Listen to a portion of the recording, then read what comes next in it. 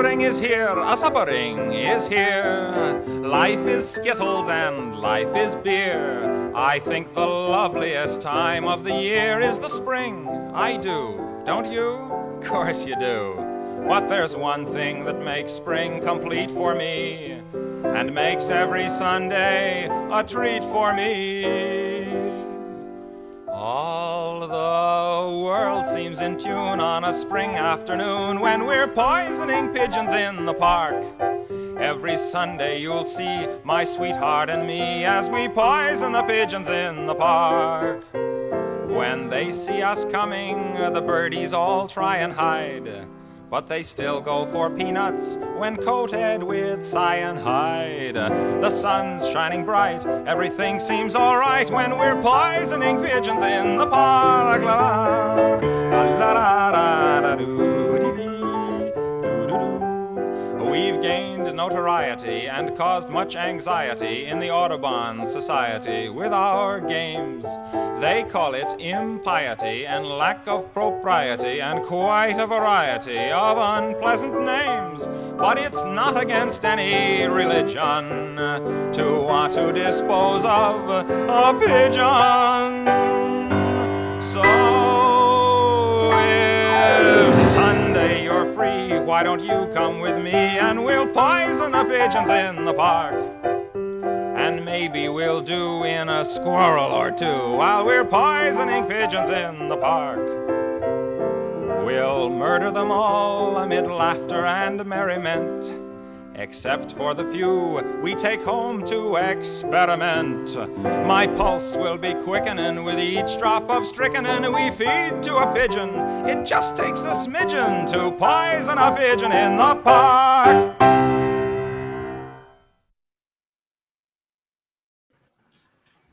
That was different. It was. Good evening and welcome to the Minions of the Zoo Saturday edition. I'm your host and keeper of the Harry Channel, and with me tonight are Minions DrFunctional. Hello. Serenity Star 13. Hello. And SkepTock. Hi, everybody. So, Serenity, what am I looking at for your avatar? That's a picture of from a drone of Route 60 in the fall. Ah, in West okay. Virginia. you know it is spring, right? I know, but they haven't done spring pictures yet because none of the leaves are blooming yet. Because we keep going 70, 30, 70, 40, 70. Okay. You're screwing up my whole spring theme here by coming in with a fall picture. It looks a little bit like spring. It's okay. Shush. We still like you. Shush. Well, anyway, since I'm talking to you now, how have things been with you for the last week? It's been good. I just wish Mother Nature would make up her mind. That's all I wish. Because she just keeps, like I said, we've been like, today was 70 degrees, yesterday was 50, the day before that was almost 80, and then the day before that was 30. Yeah, she made up her mind. She hates West Virginia. Yeah, she's a bitch. Well, no, we're used to it. It's just like, just roll into one. That's all we want. Sure. Puxatawny Phil can go to heck for all If you want a place with one season, I can tell you where it is, but you don't want to go there. I mean, I don't want to go to California. Because apparently Exactly. God hates you all right now. Yeah, hell in California. The weather is predictable in both places. You go to California Light in Vancouver and go live with Sora. Yeah. I started laughing because I almost said your name, but we're like, oh. Yeah. Yeah. Yeah, Mother Nature is a fickle bitch, Joel McLaughlin. Yeah, no kidding. Northeast of, yeah. Mm. Yeah, it's been windy here too. Weird. Joel. So, hey, Functional. Mm. What's new? Yeah. Yeah. Diablo 4. I saw John Wick yesterday. It was pretty good. There was one scene that was actually because I like those old, like John Woo, Hong Kong gunslinger films. So I mean, this is just that, but in an American comic book. Yeah, which is the entirety of John Wick. But there's I give it some space to be a little silly at times, right? Yeah. Mm-hmm. It's an action movie, but there was one scene that was just so incredibly silly. I just got up and walked away. I let the movie just keep playing. I got up and walked away, and I came back like near the end of the scene, and I'm like, I have a good feeling I didn't miss anything. Oh, okay. Probably. Well, if you want silly with action, I recommend an H Brothers pair of movies, Tai Chi Zero and Tai Chi Hero. Yes, I've seen those. The fight choreography was done by Sammo Hung of Hawaii Five-0 fame. Yeah. He's great. He is great. Well, I mean, even though this is the 4th installment, they still managed to do some fresh stuff with it. I'm not going to ruin anything because it was everything that they did that kind of was like a nice surprise was just like, oh, okay, awesome. But even though, and in a genre just super saturated with just violence on top of violence, they actually still managed to keep the violence in these movies like I said, fresh, but like it's artistic, it's artful, it has beauty in it, even though what you're watching is, just people getting wasted left, right, and center. And in itself, it's a 3-hour movie, guys. Like, holy hell. In itself, in that own 3 hours, it managed to keep that pace going and still, from beginning to end, be like just satisfactory action. I was pleasantly surprised. That's good.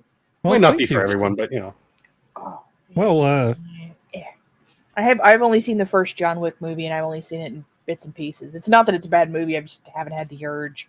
Yeah. So I'm not judging. I'm still super into partial those. to Nobody. That movie with what's his name? God, can I? Odenkirk. Bob Odenkirk. Yeah. I've heard I Nobody's love really that good. movie. I just haven't seen it yet. Oh, you need There's to see a it. lot of movies I haven't seen. Like, Don't worry about the other Yeah. ones. Just watch that one, and then watch it again. There's a lot of those. They're just so not well-known movies in that style of like using the techniques of the Eastern cinema with like Western characters and mostly actors. Like, I think I asked you, Serenity. There's a movie called Bunraku. Mm-hmm. You saw that, right? Huge Yeah. cast. It's got Demi Moore and Woody Harrelson and Josh Hartnett and this Japanese actor named Gak. So few people have seen it, but it's got one of the greatest fight choreographies of all modern cinema. Yeah, because that's the one with Josh Hartnett playing the Drifter. Yeah.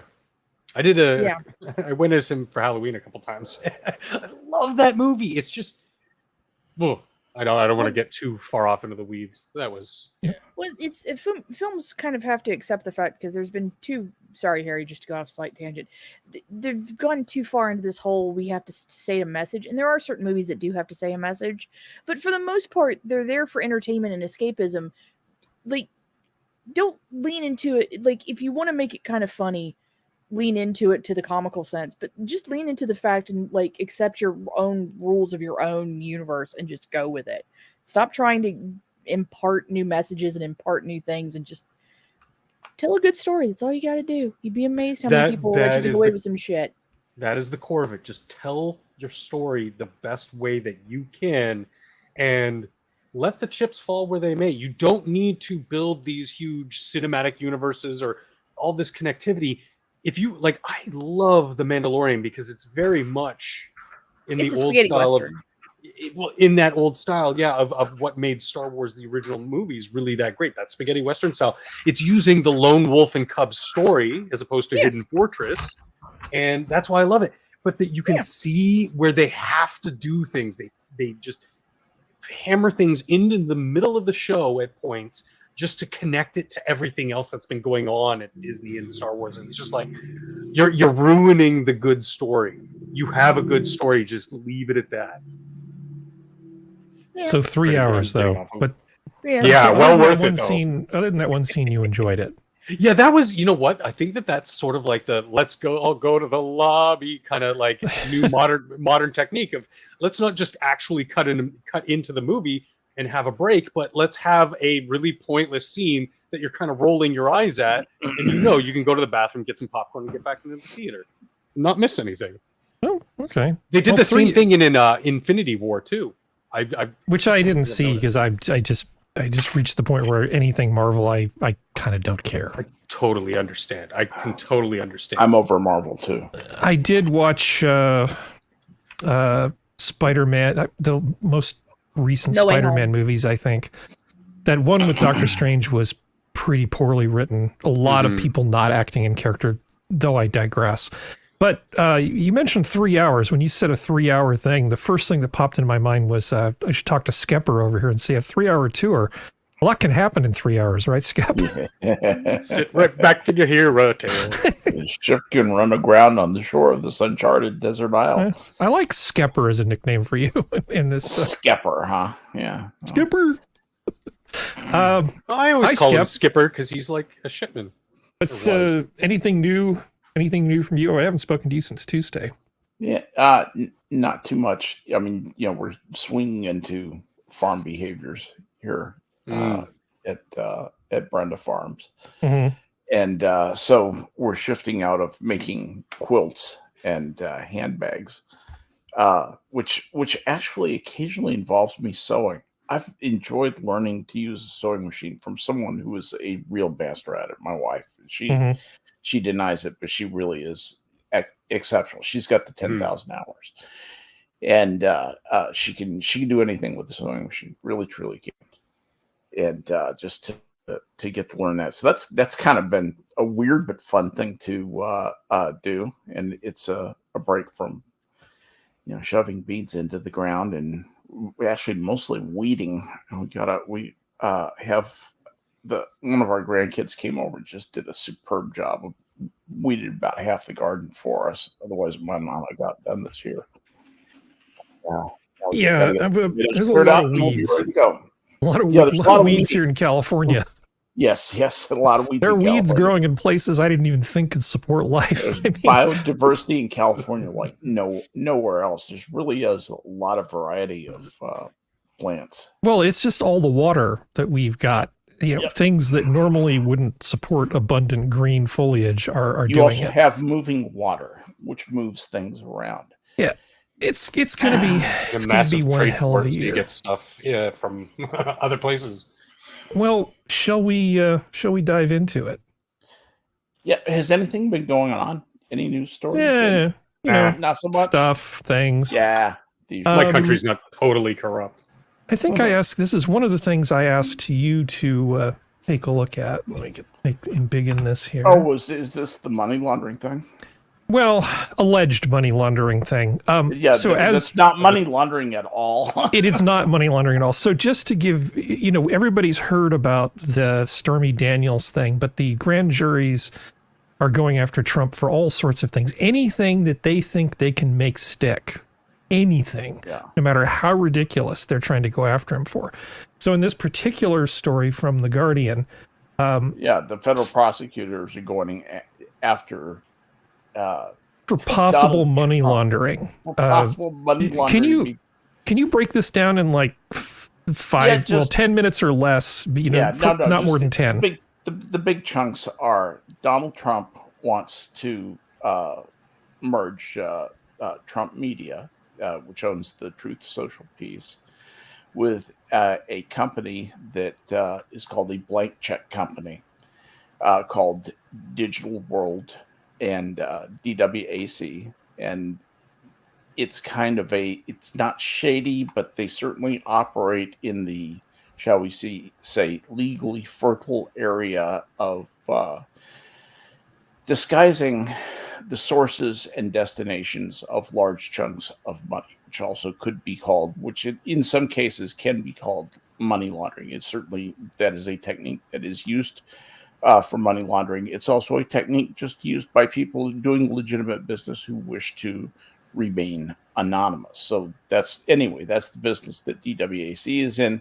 Trump Media wants to merge with them and basically put together a big capital pot. I think it's $1.3 billion potentially, and go to town in the social media thing. I basically think they think they can take over Twitter's space and get a lot of that sweet Facebook money too, with some sort of an offering, a revamped Trump Media offering that with just amazing amounts of money behind it. So that's what this is. It's actually looked to me like, It looks like it's being done under a lot of scrutiny, and they really have turned up nothing by and large. And it's amazing to me that they're looking at this and ignoring the fact that China is paying our president. Well, that is another story, which will come after this one. That's a different story. I realize that, but I mean, just that facts are coming out, Skep. But Trump is evil, and Biden's just this kindly old man who gives us free stuff. So no, he's not. He's totally corrupt. He's utterly corrupt, and has been for years. He's been given over to the moneyed interest for so long. That's the thing about Trump. Trump might be crazy, and I think that's arguable. I think from time to time, I think he slips over the edge. I really, truly do. But that said, he owns himself. Trump doesn't do anything Trump doesn't want to do. Okay. Yeah. Biden has to do things. He does have a soul, believe it or not. He does have a moral code, but he does things that he doesn't want to do, that he cannot morally countenance, that he hates. And that is that amorality, that kind of, I'm bigger than the process is bigger than the country. No, that's not the way that works. So he's utterly corrupt. I need to interject here for a moment. And I sense that Functional is trying to get in. Let me do one quick thing, and then I'll hand it back to Skep and then to you. My takeaway from this article was maybe a little different than yours. Yes, they're talking about this big multi-billion-dollar, well, at least single-billion-dollar merger to basically merge Trump Media with this blank check thing, which is publicly traded.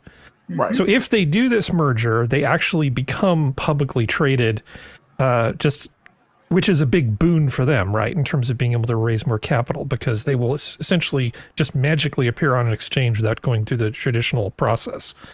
But the main thing with the money laundering was they received a bridge loan. It's like being able to print money, but more importantly, it's like being able to suddenly have an amazing ability to borrow a lot of money, to raise money for investing.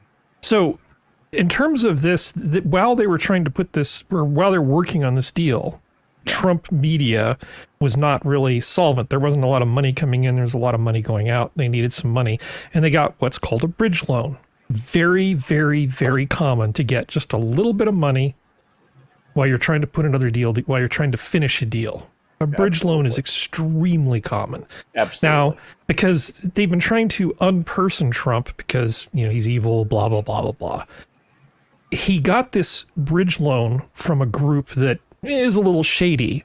And a big chunk of this article is them talking about how these are the same kinds of people that provide financial services to pornographers. Right. You know how porn companies can't use the regular credit card mechanisms in a lot of cases. So they go through companies like this. So this is a company that does financial services with people that are a little more on the margins. They're not in the mainstream. And since Trump was being unpersoned at the time, dispensaries exactly that kind of stuff. These are sort of not quite, we're going to break your kneecaps, 180% interest, tribal lands kind of loan sort of thing, or anything like that. But it's not quite the prime lending arena that you'd get into. But because they got $8 million, which is nothing, absolutely nothing. They're claiming that some of this might have been shady money from who knows where, because these are bad people that he borrowed it from. This is the most nothing burger of all nothing burgers. And with that huge something burger hanging out in Joe Biden's area, this just pisses me off that this is happening. Functional, what were you going to say? In regards to your comments on Biden, see, the thing with me is I see it as someone like that might have a sense of morals, like understand what morals are, but don't have any themselves. If your morals are able to be bought and sold, like obviously there are extenuating circumstances, like someone literally putting a gun to your head. Okay, that's a different. But like when we're talking like government wheelings and dealings with just like basically money and favors and all this, no, there's no morality there. And in regards to Truth Social, I think the ship has come and sailed. Like they didn't manage to capitalize, and I think it was because of poor marketing. like a lot of people, I think that if he named it like Trumpet or something like that, I think that then they might have had a little. But Truth, just it's too hokey. You know what I mean? Yeah, I don't think that it. I don't think there's any. I don't think there's any zazz there. Yeah. There's no sizzle. There's not even Trump steak. It's not good marketing. It's very weak. I agree from a branding perspective. It's not good. It sounds like it was developed. Drink. In a room. Make a drink. Well, between Tom Lehrer and the dogs now, it's 2 drinks for anybody keeping track. It was developed in a boardroom. It wasn't, done by a marketing firm. Yeah, it was marketing. Well, I'm sure it actually was done by a marketing firm. Lots of crappy marketing is done by marketing firms. This wasn't just sort of hand it to the person at the front desk and say, "You've got PowerPoint. Put together a presentation for our new identity package." That's not usually how this is done. It's just not very good work. I went ahead and just advanced the pointer to the Trump Chinese cash thing. The Biden Chinese cash thing, which looks a lot more suspicious to me than the Trump thing, but of course not getting a whole lot of play, except the House of Representatives, controlled by the Republicans, would really like to have a conversation about this. So they're looking at bringing in Biden family associate Rob Walker to talk about the $1 million in money that just sort of found its way to various Biden family members after the Bidens kind of said, well, what's in it for us? I mean, that's what we assume. Right, allegedly. Let's do that. Okay. Yeah. Now we're covered. But it's not the only example. But it's just, I mean, it even went to a Biden I don't think any of us had even heard of before. Right? I mean, there's just Bidens all over the place getting money from the Chinese. Come on, man. Because that's what the Chinese do, right, Skep? Yep. They just give people money. They just give people money. Many times when I come home from work, there's another check from China waiting for me. Yeah, there's like a Chinese drone. It just drops it on your doorstep. We need to get some of that Chinese backing for the show. So do you guys have any thoughts on this? I mean, it's obviously a double standard in the media. It's obviously ridiculous. And it kind of begs belief to think that the Chinese are doing this for nothing. Obviously, you can't prove a connection. No. You can't prove a quid pro quo, which is what's so really wrong with our system. And we have the best government money can buy. Here's the problem, is that it appears that the President of the United States has violated something that in government, I'm sure you guys have heard of this, it's called the standards of conduct. The standards of conduct are just that. There's conduct. Inside the Navy, if you're an officer in the Navy, you have even higher standards of conduct that you have to hold yourself to. You have some positive duties that you don't have just as an ordinary citizen. But the President of the United States has a real duty to be honest and to have just an absolutely perfect record of integrity, that we have a right to expect that from anybody we would have be president. We can say, yeah, we're going to hold out for a guy with 100% of integrity. We should demand that. And we have been failed by our process with our president. I don't know. What do you think? Have we been failed by the process? Yeah. The process is created by people who benefit from the money. They have no interest in even creating a fair process. No, he hasn't done anything illegal. Process. Yeah, no, they created it for this purpose. Yes. It's doing exactly what it's supposed to do. Exactly, let them get rich while they're in office. Right, exactly. And you went back to Trump, and one of the nice things about him is he didn't have to do this to get rich. He wasn't owned. Right. He wasn't owned by the people who made him rich. Yeah. I think the process was originally, I'm assuming here, this is allegedly, originally was so that they could play hand in hand with, more American companies so that everybody could get rich. And that kind of left the back door open for places like China or Saudi Arabia or anybody else who now has multitudes of cash to also be able to play into the biggest stage on the world, right?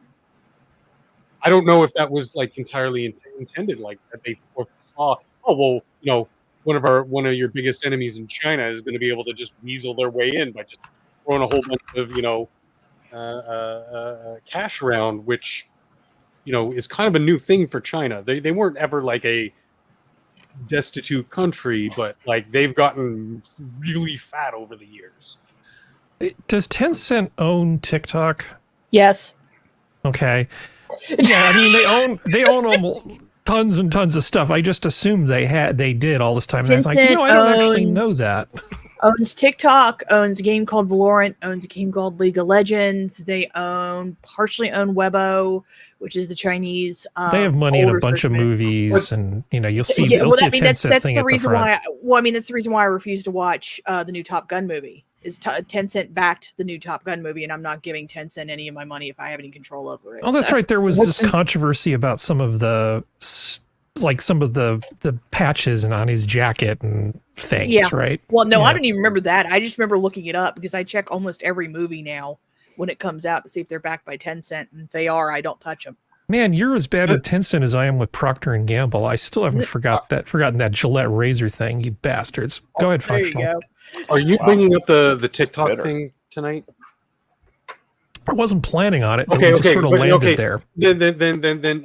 Well, no. Because no, it's fine. It's really from some of the stuff I see on the left side of things of people. Oh, look, these senators and whatever, they don't even understand it. Like making fun of the fact that they want to investigate the influence that this app, specifically this app, is having on the Western populace, the American people.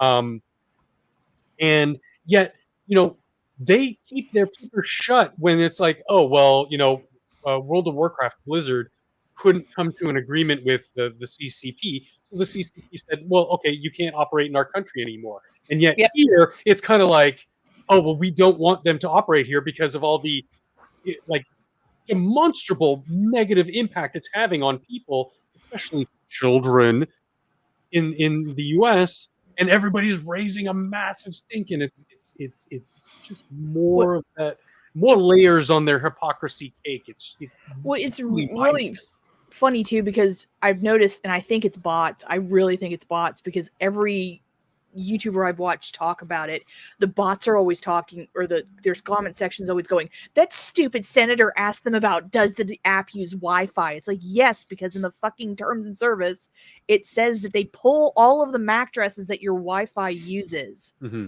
The app does. That's the reason why he's asking him.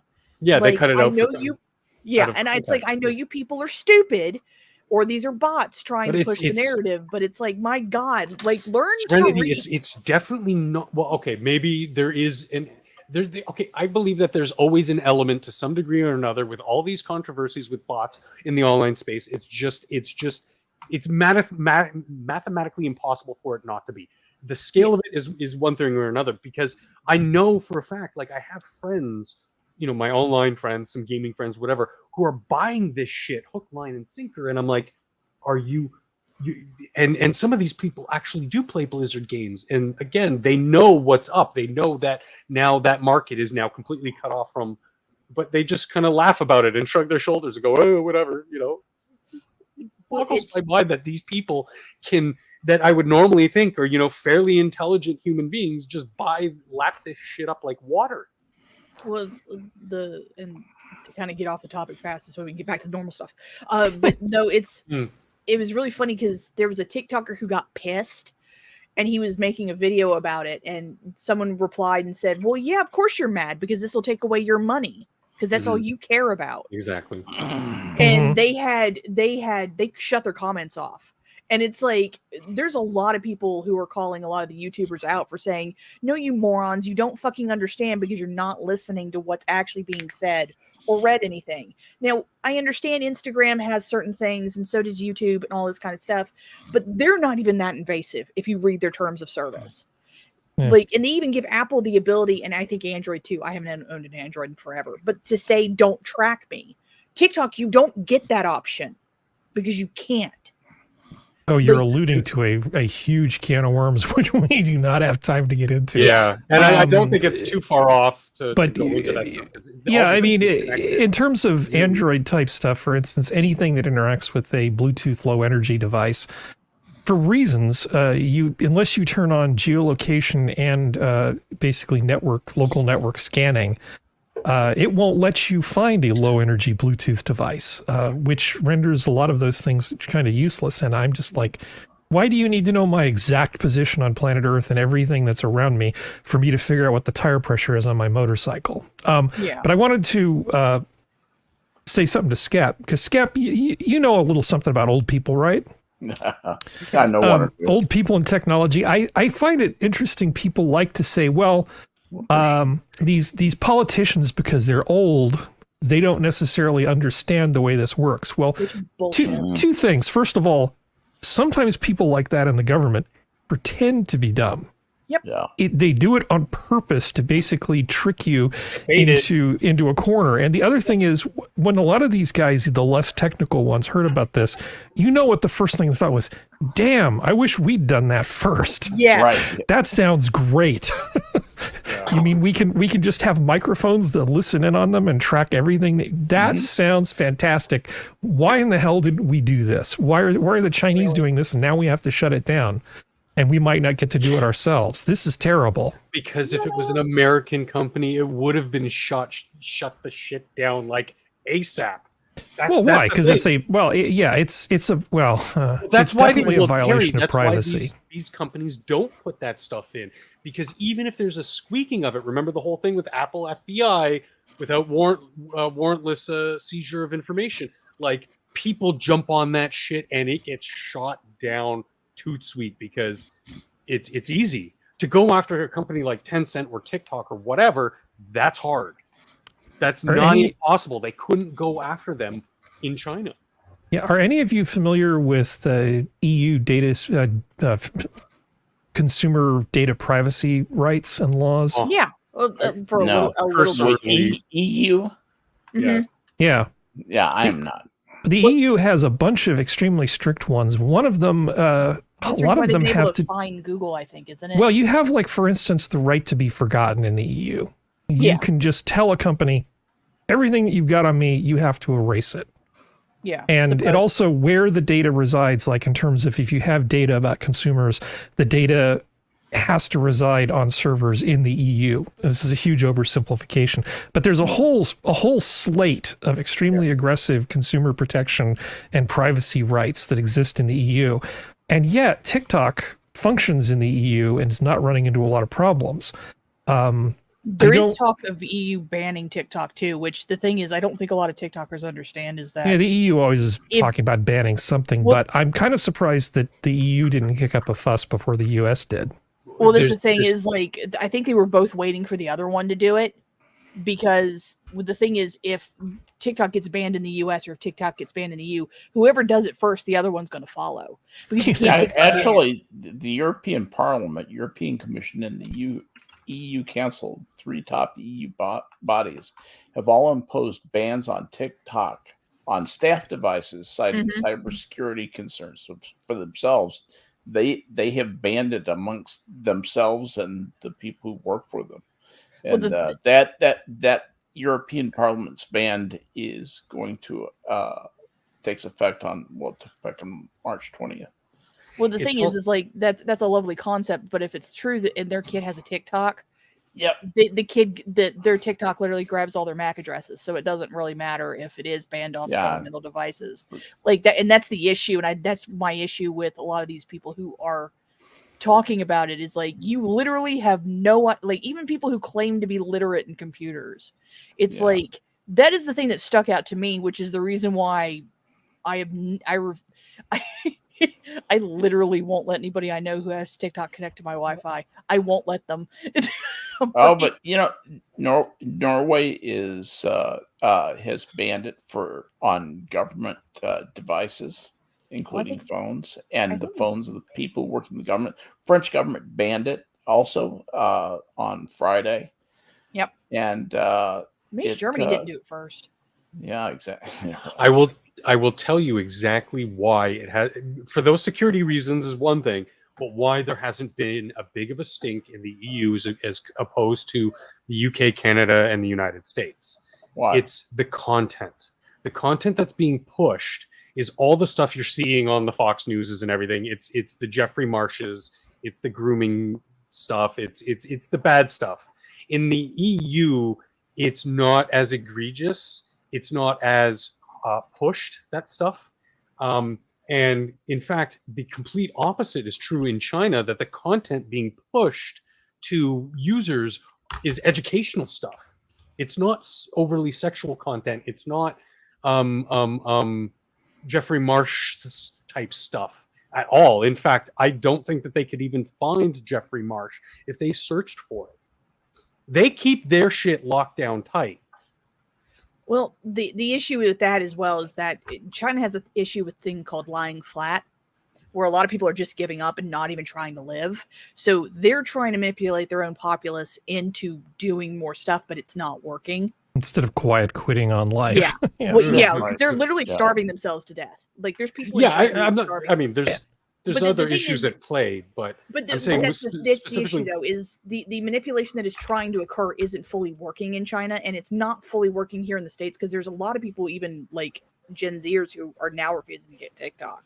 'Cause Okay, there's I this have to whole thing keep on Instagram. I have to Sorry. keep reorganizing the damn spreadsheet because we're just all over the place. No, it's fine. It's fine. I enjoy the challenge.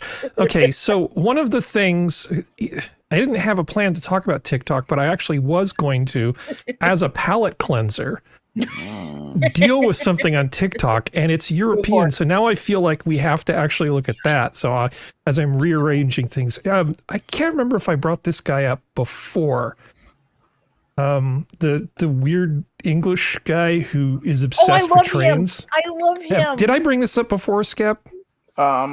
I don't think so. No. Okay, so this is the most I know who this guy wholesome. This is the most wholesome thing. It's I follow just him on about the Instagram. love of a man boy and his love for trains. So I follow him on Instagram. He's so cool. I love him. He's so good. let's see. Why are we not getting audio? Share audio. Like all the train people Here we know go. him now because of TikTok. I know. So here, listen to this. This is a sample for anybody who hasn't seen it.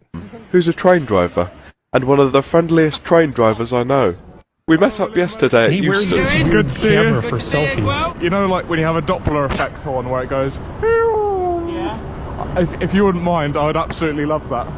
Yeah, good to see you again. I wanted to see William further up the line, with the hope that he might do a Doppler tone. And happily, we actually left Euston at the same time. Oh, I really hope William sees me.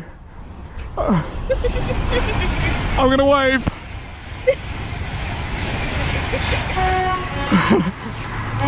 Oh, William! I'm the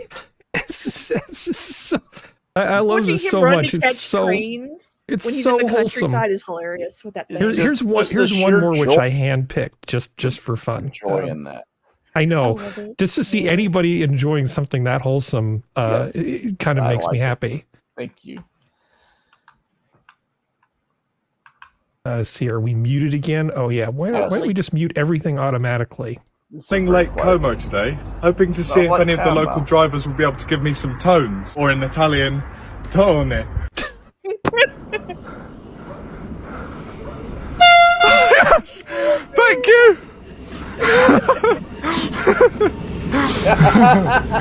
Italian drivers get the seal of approval from me. Oh god. Oh, how can you not love Isn't that wonderful? I love Yes, him. He's so it is cool. wonderful. I'm almost afraid to look at chat. Did they think that we're mentally ill? Okay, safe on track. No, they're fine. They're fine. The old people have taken. It was leave of talking their about the senses. fact that it's also banned on Canadian government devices, and then Cannibalistic Wizard said there's a cop in Tennessee who loved trains. Yeah, if there is a, I think I've said this before, if you're in the government, unless you're in a PR position, you should not have TikTok installed on any device. Yeah. I mean, just simply for the purpose that it has nothing to do with your damn job, and if it's a government device, don't put crap on there. Yep. As we're And jumping Frosted around, Glass slips on track. I know. No, there's I I know on YouTube Shorts, because I watch YouTube Shorts instead of, because Google's already got my shit. Who cares at this point? But there's a lot of train channels on, and it's just, they just film the trains, and I love trains because I grew up in West Virginia, so there's a lot of trains around here. So it's, I enjoyed the heck out of watching all that stuff. You're a train spotter. I love trains. I do too. I watch these Norwegian up through the the top of the world, these beautiful places, these distant places way north of the Arctic Circle. Just amazing where they go, how far north they go. I like watching the train stuff in Japan too, because that's fun. Yes, but I like that. Yeah, but it's just it's. Have you seen the ferry stuff in Japan? The Japanese ferries, they go all If it wasn't for the fact that I know the Sea of Japan or the Sea of Korea, depending on who you talk to, apparently gets rather choppy. If I ever go those to Japan, those ferry drivers over in Japan, those guys are really good seamen. They're really good at what they do. Seamen. Ignore me. When I say that, seamanship is a thing. That's like how well you handle a craft, in difficult water. Well, those guys are champs. Anyway, well, since we were talking about cybersecurity and all that sort of stuff, I'm going to reorder this. I'm going to reorder the schedule once again and talk a little bit about this. So, are you guys familiar with Linus Tech Tips? Yeah. Yes. He got hacked. Okay, so last night, or maybe it was a couple days ago, I was turning on the YouTubes as one does, and was confronted with. Let's make that smaller. Oh yeah, the fake live stream stuff. With this, where I should be seeing something else. And it was one of these Elon Musk AI deep fake things talking about crypto. And I'm like, oh God, who got hacked this time? Because the first time I ran across this, it was the pianist Valentina Lizitsa who got hacked. And I'm like, so why on her channel does she have like 5 streams with Elon Musk about crypto running simultaneously? So they got into Linus Media Group, which, has an awful lot of subscribers. And just started causing all kinds of havoc. Were you aware of the fact that Linus Sebastian and his little empire got taken offline? Oh, no, I didn't. I did not know that. Okay, so this isn't universally known, but Serenity knew. Did you know about it, Functional? Or do you know who LTT stuck is? On Seaman and now pianists. Like, if I knew it was going to be that kind of show, I would have stuck my dick in it. Presto agitato. No, I don't really know. I have no idea. Okay. Well, he's got a pretty decent channel talking about, all sorts of things, computing, a lot of stuff about graphic card and gamings and all that sort of stuff. And they got hacked. Now, the logical question is, well, Linus, you supposedly know about these things. Why is it that your channel got hacked? Don't you have two-factor authentication? No. Linus Sebastian. Well, yes, he did. Turns out the way that he got hacked was somebody sent somebody on his team a carefully crafted email with a Trojan attached pretending to be a PDF image to somebody in the marketing team. And because they had a session cookie left over from when they had logged in, YouTube let that person with their malware grab that session cookie and then use that to start just security ID. Yeah, to just spewing stuff all over their channel. This is actually a pretty interesting video from Linus Sebastian talking about all the things. Because of course, the first thought in my mind is, how in the hell did you do that? You've got two-factor authentications. Minions uses two-factor authentications. In order to get into all this stuff too. But if you have a persistent session key and you get spearphished or some kind of social media, it was a social engineering attack. Effectively, because they knew who this person was, they knew what they did for a living, and they put together a package with the hope, and it came from an address. It looked like it came from an address where this should be a valid piece of email. And as careful as you are, if you don't have something that can scan your incoming email attachments or some other mechanism in place, and you go to open this thing on a system where bad things can happen. Bad things can happen, and next thing you know, they've got all your session keys and a bunch of other stuff, and then your little media empire gets deleted temporarily. I got to bitch just a little bit. Go ahead. The amount of YouTubers that have gotten hacked, even in the last 5 years, for someone who calls themselves Linus Tech Tips, you think someone would be smart enough to have that stuff kind of like have a scanner for the emails, or to have it only a very specific market computer being able to access that stuff. You'd think they'd do that, considering they will ride everyone else's ass about stupid crap all the time. But apparently they're not that. Like, he literally got mad at Ryan Reynolds for being a minority owner of Mint Mobile and selling to T-Mobile. Like, he literally had a 10-minute rant about it. Well, his job is ranting about things. I mean, to be fair, that's all he does, really. I know, but it's like, honey, really? Yeah.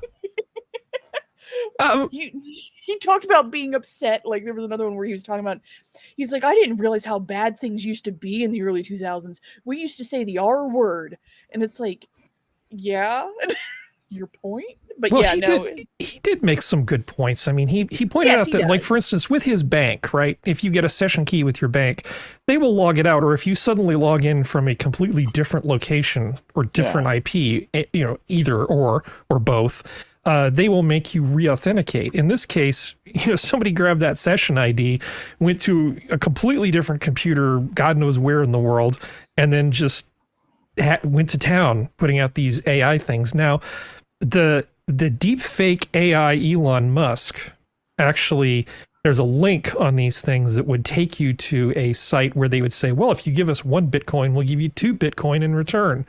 Seems totally on the up and up, right up there with 100%. I need help laundering this money through a charity. I'm my Nigerian prince kind of thing. Exactly. And some people actually went with it. So that's what they were in it for. They were in it to basically give People something actually the fell for sheen it?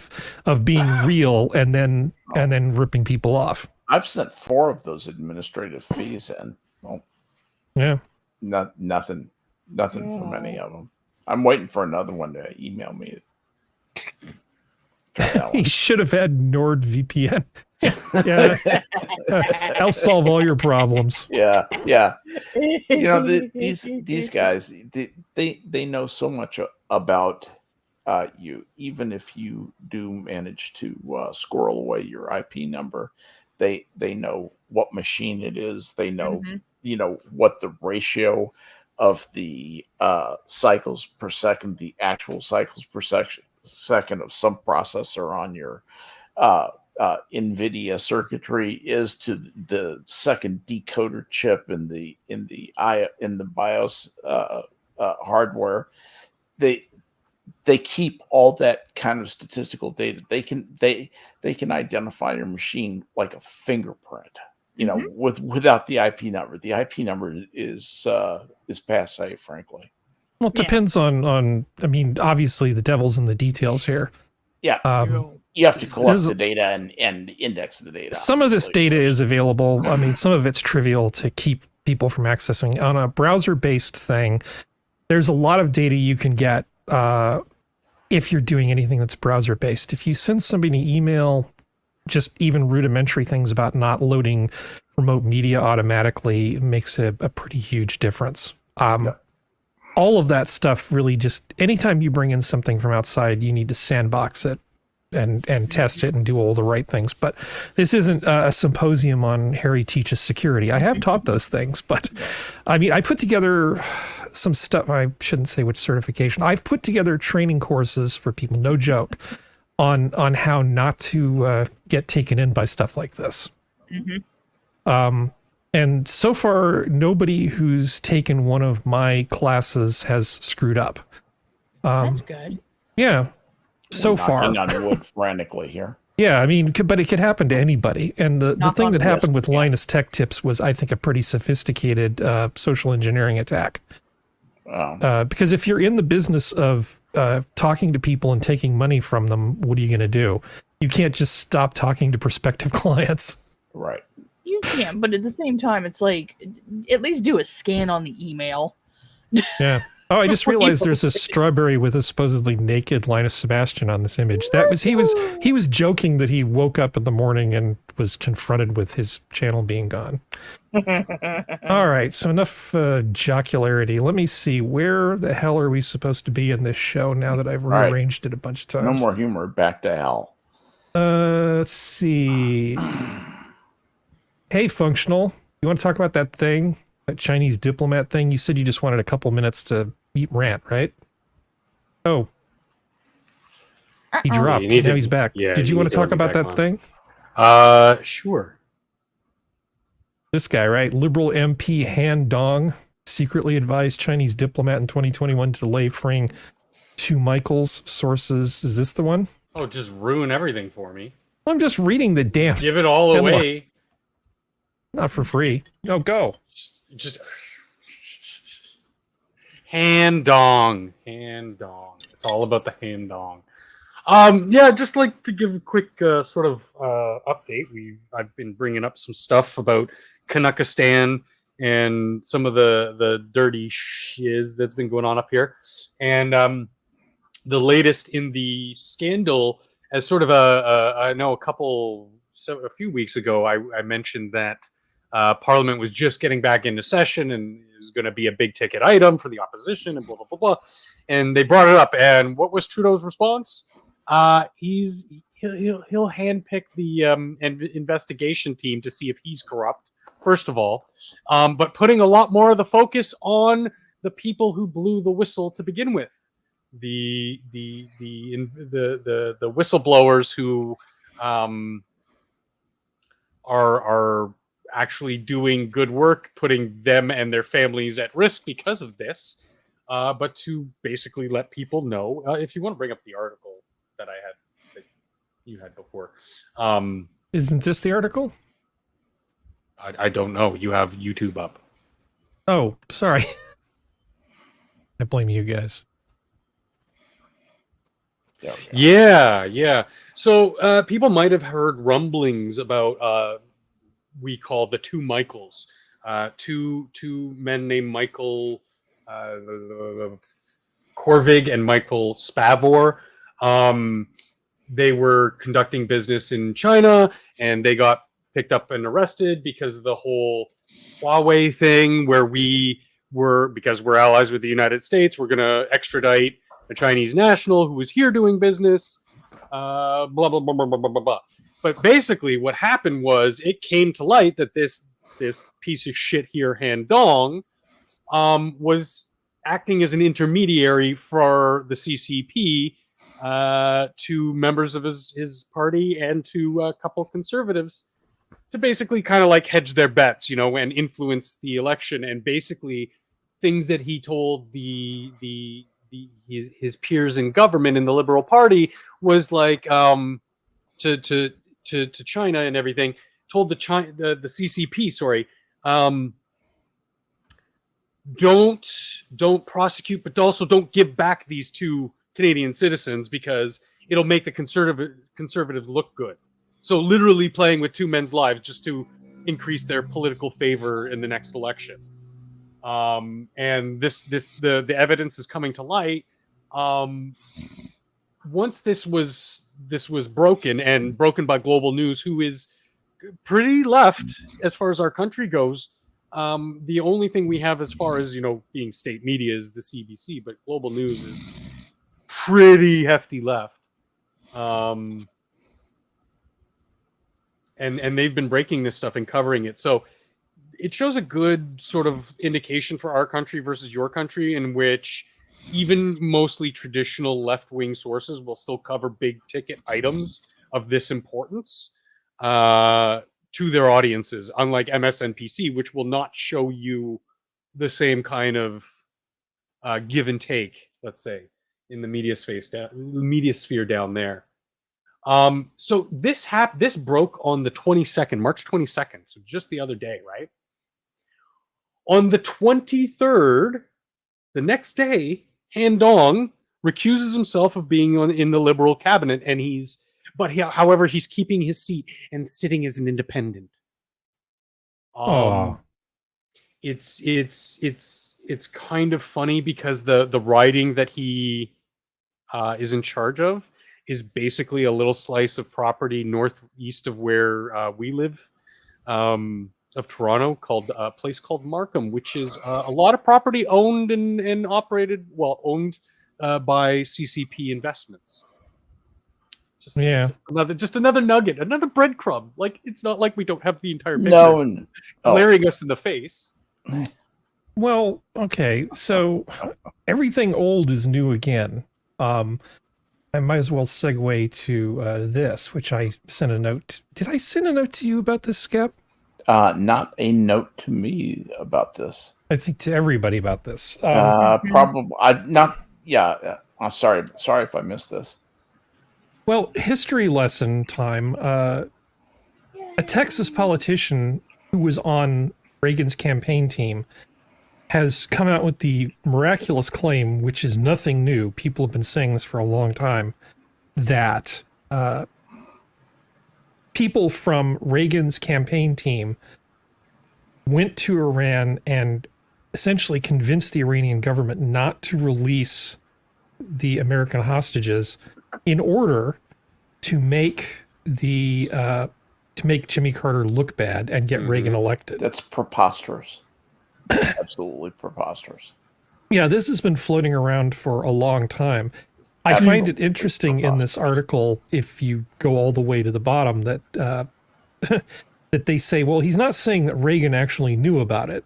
He's just saying, that was the thing I read. I was sitting there going, I was like, is there supposed to be like a rim shot or something at some point? Exactly. Like, what it's just like, look at me.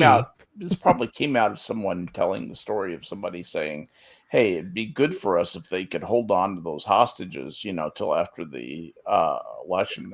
That would work. I'm sure it was some drunk if somebody in a bar. Yeah, exactly. A bunch of guys after work, and somebody overhears that and says, you know what, I'm going to make that backfire on them. And a rumor is started. This is there's nothing factual to back this up. There's nothing. There very seldom is. It's a matter of observing patterns of behavior and looking for circumstantial things that, no. I'm not saying specifically in this case, because I'm with you, Skep. This is unbelievable. But in something like the previous story with Han Dong, I mean, you don't have like emails and transcripts and stuff, like, you know what I mean? But you have patterns of behavior. You can watch money changing hands and how people interact to sort of draw the connections together. We see that with the Biden thing as well. Like, we see a lot of the dots connecting. We don't have that silver bullet just yet, but and in most cases I don't believe you need that silver bullet, but a plethora of all this pattern of behavior, it could draw you to where the smoking gun is, or at least put the pressure on someone to say, okay, I give up, I'm corrupt, whatever, blah blah blah. Whereas there's none of that. It's all just hearsay. But it was an interesting read, though. Like, I will say that, as somebody who wasn't very familiar with the time, I was like, okay, I know what I'm reading is bullshit, but it's interesting to see the process in which they try to frame the. It's kind of the same reason why I watched The Young Turks. Yeah. Just see how much they're twisting and contorting to tell a false narrative. It's like a horror movie.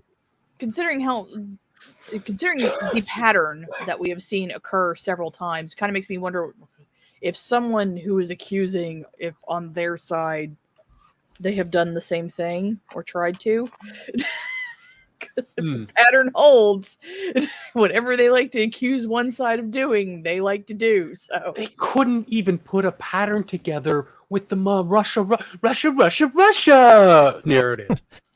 Remember, there was a second thing I asked you guys to look at, which was the Iran-Contra affair, which maybe isn't familiar to younger folks. But essentially, there was an embargo on arms to the Iranians. Yep. we secretly sold arms to the Iranians and then took money from those sales and gave it to the Contras in Nicaragua to help them fight the communists in Nicaragua, which we didn't like because Reagan was pretty much against having communists running around causing trouble in our hemisphere. There was a time when the U.S. government really hated communism. And these Contras were people who you wouldn't be able to tell them from Che Guevara in terms of the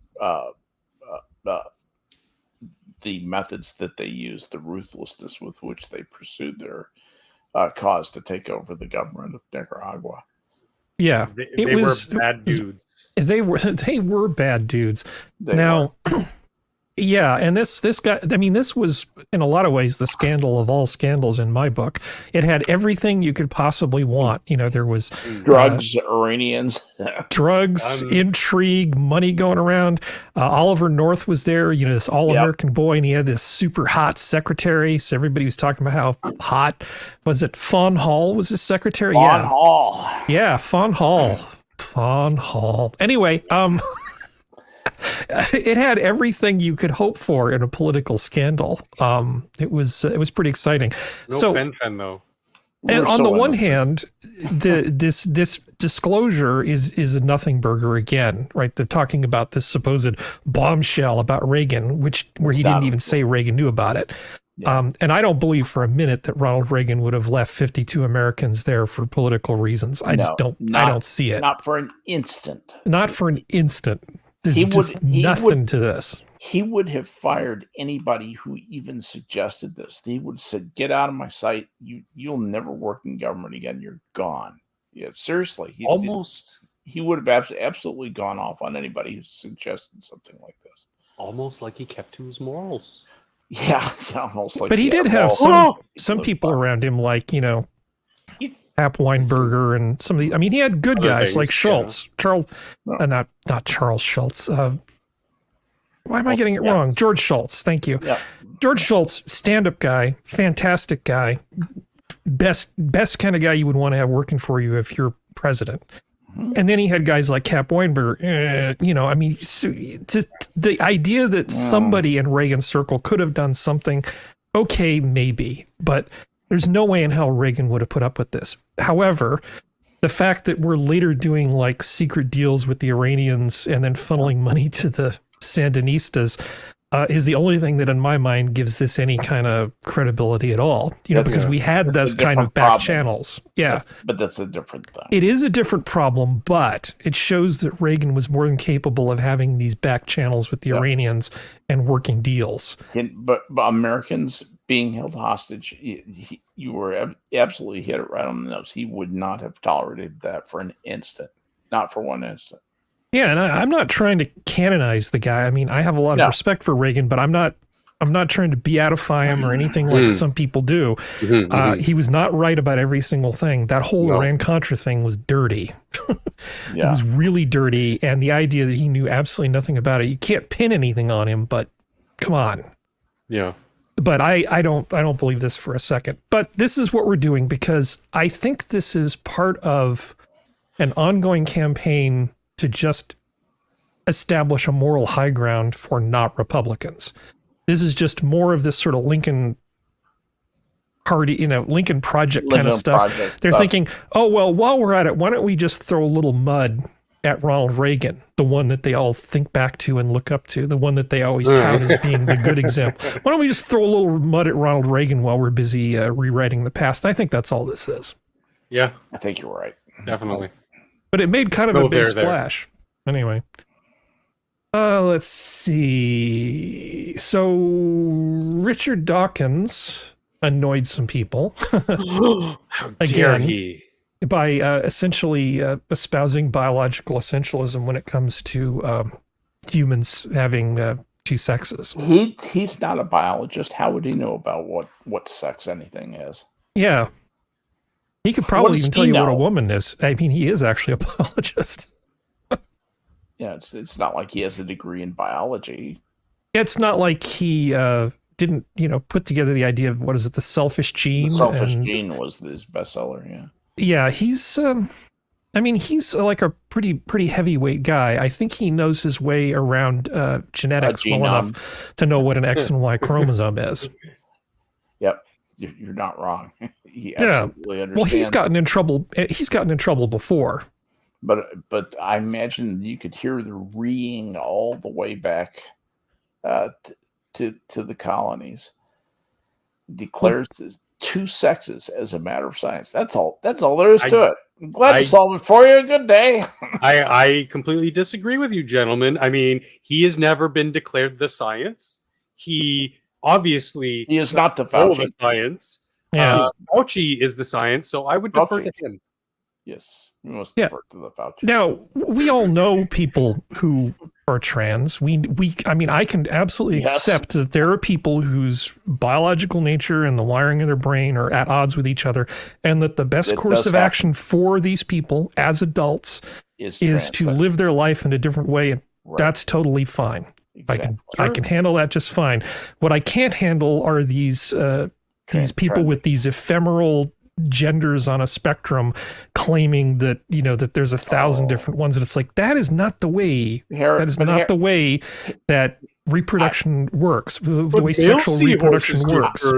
Male seahorses. How do you explain male seahorses? I want to ask Harry a question. It's there seems to be an interesting statistical grouping of young transsexuals in liberal metropolitan areas, specifically Los Angeles. Like rapid onset gender dysphoria? Yeah.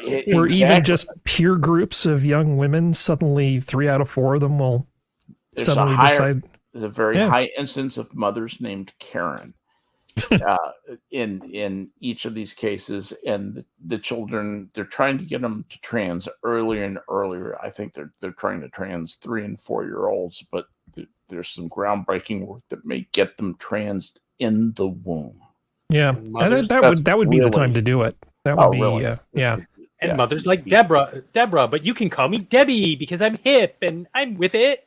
Well, my intention here is not to make fun of go Don Quixote after like trans and we people. Respect everybody here at Minions. We really actually do. People as individuals are pretty awesome. I mean, I know several people, who fall into this category, don't have a problem with it. It's not an issue.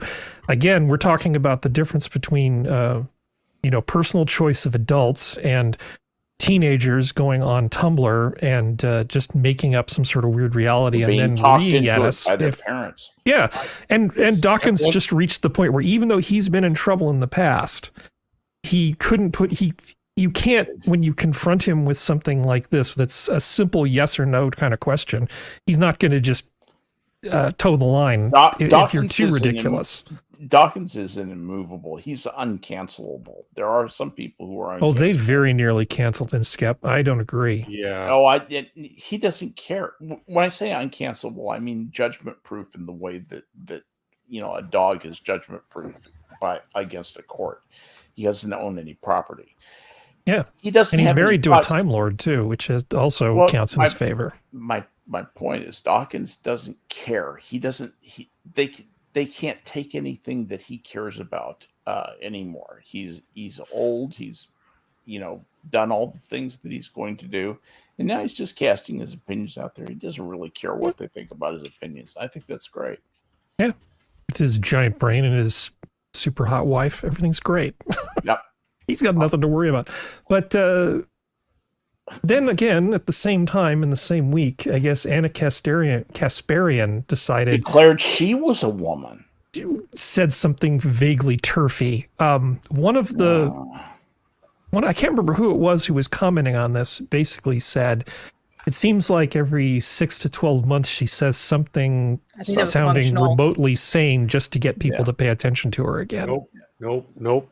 It's been accelerating a lot. Excuse me. Even this week, she kind of blew up on Keek live on show when he said something just completely. I don't wish I could remember off the top of my head. Who did she blow up at? Chunky Yogurt. I call him Shank. Okay. Yeah. Got it. And she basically called him retarded and said what he was saying was insane, and she didn't agree with him at all.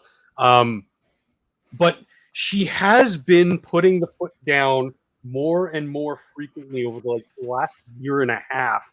And I think with the financial problems that TYT is experiencing, that she has seen the writing on the wall for a long time, and she's trying to not only not burn bridges that she might have, but also try to ingratiate herself a little bit more into, shall we say, corporate left media spaces, and the coming together of heads like she's been doing with Ben Shapiro and blah blah blah. I think she's just a grifter. I think she'll go wherever the money is. I don't think she believes any most of the shit that comes out of her mouth when she does this. She's just getting a very good paycheck from Keek, and she'll say almost anything. To the point of morals, yeah, I think she does have some scruples. There's certain lines she's not willing to cross. And it's becoming more and more evident because as you can see the acceleration from the progressive left, you can see her putting her foot down more and more and going, whoa, whoa, whoa, whoa, whoa, whoa, whoa. She's also capable of sniffing the wind too, though. Yeah. She's a little bit politically reactive. I think this is a little bit of windmilling on her part. A little bit of wind sniffage. Yeah, exactly. A bit of wind sniffage on her part. Yeah. This specifically, yeah, but I mean, like, it's a pattern of behavior that, like, I don't know, she might be making an exodus pretty soon. Well, here's another Democrat. This one from California. Sorry, I know we ruin everything. And she was a former Iraqi beauty queen who served as a U.S. translator who now has... things didn't go well for her in Iraq. Let's just put it that way. She ended up coming to the U.S., becoming a U.S. citizen. She earned it. Okay, she earned it. She did us a solid by being a translator for our military over there. So she gets to be here. Yeah, you get to be a citizen actually if you do that. She earned it, and so welcome to her. And she cleans up real good. See, this isn't a great picture. I was going to say she's semi-hot. Yeah, well, there she is. Not that long ago. So she's actually running in California, essentially opposing the more woke Democrats. And I think we're going to be seeing more and more Democrats kind of go more the Jimmy Dore, Bill Maher route of moderating. I think it has a lot to do with, one, people can smell the wind, and two, ironically, I think it goes a little bit back to Hogwarts Legacy video game. Okay. Yeah. Okay. I think if it had gone poorly and hadn't sold as well as it had, and had as many people pushing back on it who were not right-wing, who were not even close to right-wing, I think there would have been a little bit more willing to stay on the air quotes correct side. But ironically, Hogwarts Legacy ended up being kind of a litmus test and showing that, no, your base is actually just a lot more moderate, and they're starting to wake up to the fact that they're a little bit more moderate than what you realize. Doesn't make them right-wing, doesn't make them hardcore left-wing, because the right and the left-wing, the extreme parts are getting ready to start kissing here in a second, because it's getting... Ugh. But it's I think a lot more people are just, Right. I think they're starting just to realize that things are not as divisive as they thought they were. But it's very interesting to watch some personalities on YouTube, because I saw one of them almost become sentient to the fact that they're full of shit. Well, the people on the far right and the far left are just loud and really good at typing.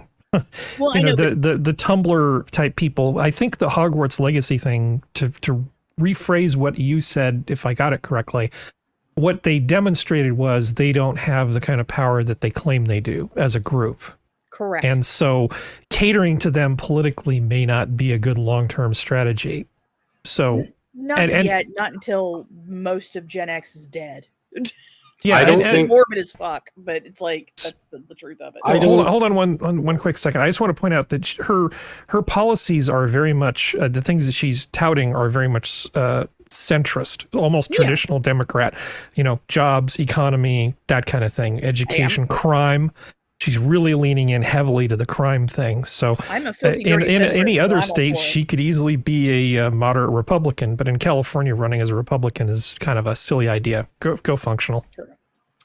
I don't take this as the wrong serenity, but I don't believe that at all. I think it was more, it was a mirror, a cultural mirror at what's going on in a bigger picture. Because if you look at what institutions are left in America, you have Hollywood, Disney, a lot of tourism type stuff. And when you see this stuff, arts and entertainment, culturally, huge things, their award shows, their movies, anything that they have left is failing. Disney is hemorrhaging money because of not only their own poor choices with things like the new Little Mermaid and help me out here, Tinkerbell, but with they're obviously losing quite a bit of money through Lucasfilm. They're losing a ton of money through Marvel, and they're not dumb. They're not dumb. They see the reviews. They get told by their kids why people hate the shit that they're shoveling out now, and if they haven't started that shift yet, and if they don't, they're done for. Other people are already stepping up to the plate and getting those huge market shares. It's not obviously to the scale of Disney. No one person, no one entity is going to rival Hollywood or Universal or Disney or whatever, but they are sprouting up. It is feeding into other areas that are established, but now are blooming. I can tell you for a fact, Canadian productions have gone through the roof in the last 3 years because of this anti-woke pushback and people not wanting to pay the taxes and tariffs and the ESG stuff and all that other bull to go film in Canada. Or even having someone like a Netflix who, they're not dumb. They get these really cool shows from Korea, from Japan, and they put them on their streaming service, and they generate lots. They get so much more praise than they ever did for their poor choices, like hosting Cuties or something. You know what I mean? So I think that that just the Hogwarts thing was kind of like that, like a mirror that we got to see what's actually happening in sort of the cultural space version, like the actual space, the transactional space, versus what happens on Twitter or Reddit or whatever, you know, the retard slap fights online, you know. Well, the thing I'm is not wrong, but you know. Well, the thing is that there's, how do I put this? The issue is that there's a lot of confirmation bias on both sides that do kind of feed into a lot of stuff.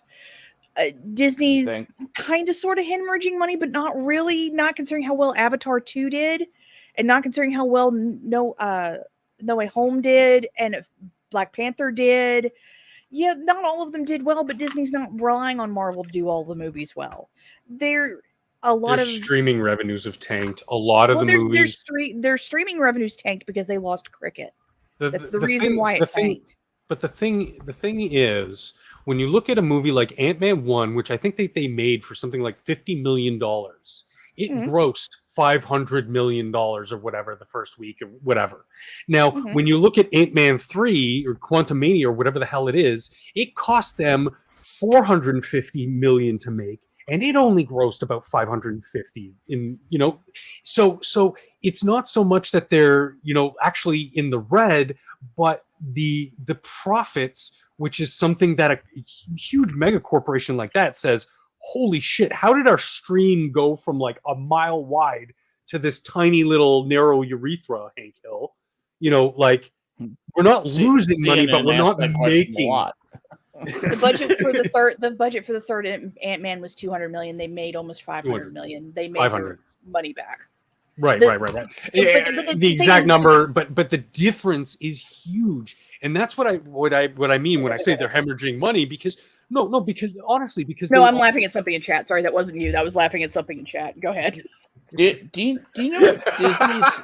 You know what Disney's gross profit was for 2022, which is the what I've got the information for. No. Their gross profit was $28 billion. Let that sink in for a minute. Yep, that's the profit. How is that compared to previous years? Yeah, like maybe even good. 5 previous. Funny, I will give that to you. And I'd be interested. Because I want to know what the first derivative of that is. Yeah, no, and that's Disney. That line myself. That's the entirety of Disney. Okay, Corp, in right? 2022, let's see, it was 28 billion. In 2021, it was 22. 2020, it was 21. In 2019, it was 27, 26 the year before, 24 the year before, 25 the year before. Like that's the thing. Like I understand where you're coming at functional, and I do agree that they are having problems, but it's not what you think it is, because there is a confirmation bias there. There's a lot of these that they can claim a loss on, thus they can get a write-off on their taxes. Thus it doesn't really matter if they lose some stuff. Right. At this point, they are finishing out contracts for movies that they already have to do. Like some of these movies have been in the pipe for 5 years, like the Peter Pan movie. So they have to finish it out. Yeah. The thing is, like, I don't think Disney's Satan. I don't think any company's Satan. I'm not saying you do. Yeah. I'm saying Pfizer is not Satan either. Yeah. Neither is Moderna. It's apparently Procter Gamble isn't even Satan. Procter Gamble is more like Frankenstein. Yeah, but it's one of those things of Franken Company. I'm not all doom and gloom, Serenity. Like I still watch all of these movies. I know you're not. It's just my issue is that I think I do agree with you on to a point. It was kind of a mirror, but I also think it was a little bit of a litmus test in a weird way, because it was like, how much does this J.K. Rowling turf lie? Because it's a lie. It's a freaking lie. Anyone who's actually read what she says knows that she's not one of these people who thinks trans she does not hate trans people at all. She does not hate. But it's one of those things that's like, how much does this actually interact and concur? And it, like, maybe it wasn't a perfect litmus test, but it at least showed a little bit of, oh, we can relax now because we know these people don't have any power. And that's kind of what at least to the outside people, not to the companies. The companies have already started to see it, but they have contracts and movie things that they have to finish out before they can move on. But Serenity, that's the inverse of what I was talking about with Disney. Like, it's saying that these people do have power, and they're talking to the audiences at large, because the numbers I'm assuming Skep read off were the total gross for the company as a whole, not for, say, Marvel Studios. That's for the whole company. That's for the whole company, and it's not inflation adjusted, by the way. No. Their merchandise still sells insanely well. And I think my headset just died because I can see Skep trying to talk, and I'm just going on and on. Sorry. Okay. Skep? Can you hear me? I can hear you. And your headset hasn't died. No, I turned it back on. Okay. Oh, good. It's been acting wonky today. I don't know. Fong. What? Sorry. Reminds me of a joke. Yeah. Anyway, I followed it. I can't get up. Two Chinese spies and a congressman walk into a bar. I'm sure we could. Let's see. A woman walks into a church while a man is painting the ceiling. Anyway, good joke. We should. For Leonardo. We should move forward before I forget what the hell we were going to talk about. Is it the Mandalorian? I want to talk about Yeah, we're not going to talk about the Mandalorian. Okay, so I have sort of... How about Picard? I've talked about bullies in the past I like the DeLoreans before. I'm being somewhat sympathetic to the whole idea of bullies, because remember I brought up, well, it's bad that kids are being bullied, but maybe we should teach them to be tougher and a little more resilient. And then I stumbled across this. We're probably going to get a copyright strike, stuff sucks. Go for it. Chris Rock. I'm telling your kids that they special. Maybe they special to you, Banana, but not to me. Every day before my kids leave for school, I get them at the door. I'm like, Lolazar, check this out. As soon as you leave this door, nobody gives a fuck about you. Banana. This is off to such a good start. Nobody thinks you're cute. Nobody thinks you're smart. Nobody gives a fuck about your opinion. Nobody on the whole earth outside of this door gives a fuck about you. And even some of the people inside the house are on the fence. We need bullies. How the fuck you gonna have a school with no bullies? Bullies do half of the work. Teachers do one half. Bullies do the whole other half. And that's the half you're gonna use as a fucking grown-up. That's right. Who gives a fuck if you can code? If you start crying because your boss didn't say hi. You ain't wrong. Again, comedians are the only people that can solve some social problems, because if I come out and say it, I just sound like a dick. But when Chris Rock says it like that, he's funny. He makes a point and it sinks in. While you're laughing, people are thinking about it. He's smarter than anybody gives him credit for. Oh yeah, you have to be to do what he does. Mm-hmm. It's also the fact that like there's certain kinds of bullies. Yeah. We're not talking about physically getting the crap beaten out of you. You're talking about people pointing and laughing at you when you do something dumb. Yeah, and that's where I think that there's something he doesn't touch on, is that those are the two parts of school, but there's also the connection of those two parts in that the teachers, the administration, they should be there to sort of put the foot down and stop it when it does get to a point.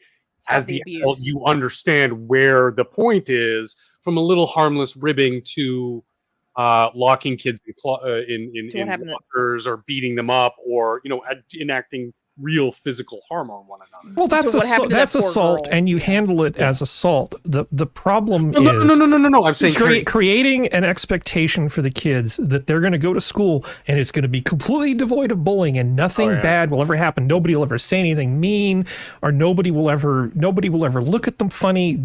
Trying to create this expectation that high school, for instance, should be some kind of safe space where nobody can ever say or do anything that might offend you or bother you or even insult you is just wrong. Yep. That's what I'm trying to say. I'm not condoning physical assaults, because I think in the case of these physical assaults, call the police. Call the police. Let the police handle it. The school is not equipped to handle physical assaults between people. No. I'm not saying that that's what you were saying. I'm just saying in general, like my take on the whole bullying situation. But no. What I'm referring to is the adults around getting in front of serious. Like, again, we go back to patterns when certain kids, and you can kind of tell who they might be. I hate to say it, but a lot based on looks and how they carry themselves. And then you can see a pattern of behavior and escalation. That's when you need to start intervening. And right now, as it stands, they have zero tolerance policies for these things, but they also have non-intervention policies for the people who would be doing the bullying. So once they cross that line, they're gone. Bye. You're out of school. You're kicked out for a stupid mistake you made as a kid, and now your entire life is going to be messed up because of it. I'm not worried about the school per se. I'm worried about the parents. What I want is the parents to raise the kids in a fashion that will make them more resilient and be able to cope with things. I'm telling you, farm living. Dr. Phil, send him off to the ranch. A little time at the ranch, he won't need Ritalin. Just send him to the damn ranch. I think that, I know that in the case of something like if I had come home and been beaten up by some kid, my dad would have said, well, get him back. I'll drive you to this person's house and we'll have it out. I mean, I guess I just come from a different generation. My dad would have never raised me to just put up with crap from other people. And I was largely a bigger, stronger kid than most of them, so I wasn't really susceptible to that kind of bullying all that much. But I had people that tried to make my life miserable, and I made their life miserable in return. I didn't fall into a ball and start crying. For fuck's sake. Love them or hate them, some countries, like China, like Russia, don't treat their children like they're special. They don't treat them like they're precious little snowflakes, and in fact, do instill senses of importance when it comes to developing that thicker skin and understanding the world around you through various things like weapons training or mandatory service, and it breeds a more well-adjusted young people into adulthood. It helps them along to become more well-adjusted members of society. I don't know. I don't know about Russia. I do disagree about China because China's now having the lying flat problem. So I don't think they're well adjusted. Yeah, based on China's behavior. Explain the lying flat thing. Lying flat is literally just, why even bother? There's no point. I will get nowhere in life, so I'm just going to lay down and just die. Is this Chinese people going their own way, or is this some quiet quitting, basically? This is quiet quitting to the extreme. Like, there's some people starving themselves because they just don't see the point. Yeah. Really? It's becoming a big thing. But no, it's an example of what they do. I can draw the examples across a couple of European countries, some other Asian countries that aren't, China, and that those types of things, those issues are caused by a lot of other things. I'm just saying, I've always been in favor of I really deign to use these words because they have certain connotations, but a mandatory service period for all young people. And what that could encapsulate is something as, if you want to use air quotes, extreme as, just basic boot camp training, the physical, the regimenting of it all, or something as lesser as mandatory, like, again, air quotes, mandatory, like volunteering within the neighborhood or whatever, some kind of service where you have to have that adjustment, that hard wake-up call before the hard wake-up call that life is going to give these young people so that they're prepared. You see it as a way that it would be a life-changing, strengthening thing that would build character really across society if everybody went through it, if they went through some sort of regimented training thing where they had to strap in and meet a challenge. They were presented with a challenge and had to meet the challenge. Mm-hmm. And that does it changes you forever. I think that's really good insight. And by mandatory, Skep, I don't mean like every kid has to take it. You can opt out. Obviously, there's going to be rhyme and reason to opt out for various reasons. But I think as a whole, it would be very good for what seems to be like we're losing people generation by generation to this apathy. Heinlein said something very smart about that. He said that a society that requires conscription in order to survive does not have the right to survive, and it won't survive. That's fair. Yeah. Otherwise, you have just a bunch of people with a lot of power and influence sending other people's kids off to die. Absolutely. Yeah. That's what you end up with. And the other thing is it wears on the people who supply the troops. Mothers used to tell their sons, "Come back with your shields or on them," and later that custom declined, and so did Rome. Well, let me take what you just said, and I'll segue us out of here. I think bullying is like the base level of all of that. But in a lot of ways, it is the whole mother-father thing. My emphasis is less on the school and more on the parents and society at large. Yeah. In terms of what we expect from kids. It's mom's job, typically, to tell the kid everything's going to be okay and I will love you no matter what. That's mom's job. Yeah. It's dad's job to say, really? You done Can you think of a reason why they might have said that? Are you just going to leave it at that, or are you going to do something? It's like the gym's over here. I'll drive you. Or just whatever it is. Dad's job is different than mom's job. Mom's job is to give you that comforting, unconditional love kind of thing to make it. It's going to be all right, honey. You have that place to retreat to, but once you're done crying and all that sort of stuff, Dad will take you out and teach you how to punch. That's the way it used to work, and I think people were a lot less fragile then as a result. However, I don't want to sound like I'm being sort of hard right, Harry, or constantly picking one side or not, because I do try to just sort of be a little right of center and keep an open mind about stuff. We see a lot of red meat get thrown around about administrators and schools trying to basically groom kids and do a lot of stuff. And I stumbled across this one story, and I kind of looked into it because this was actually presented by a lot of people as like sort of a TKO knockout. Look at this guy. It's amazing. So this was from about a year ago that this first came up. Hudson School Board responds after mayor calls for resignation due to controversial writing book. It was a book of writing prompts that they were trying to push off on these people.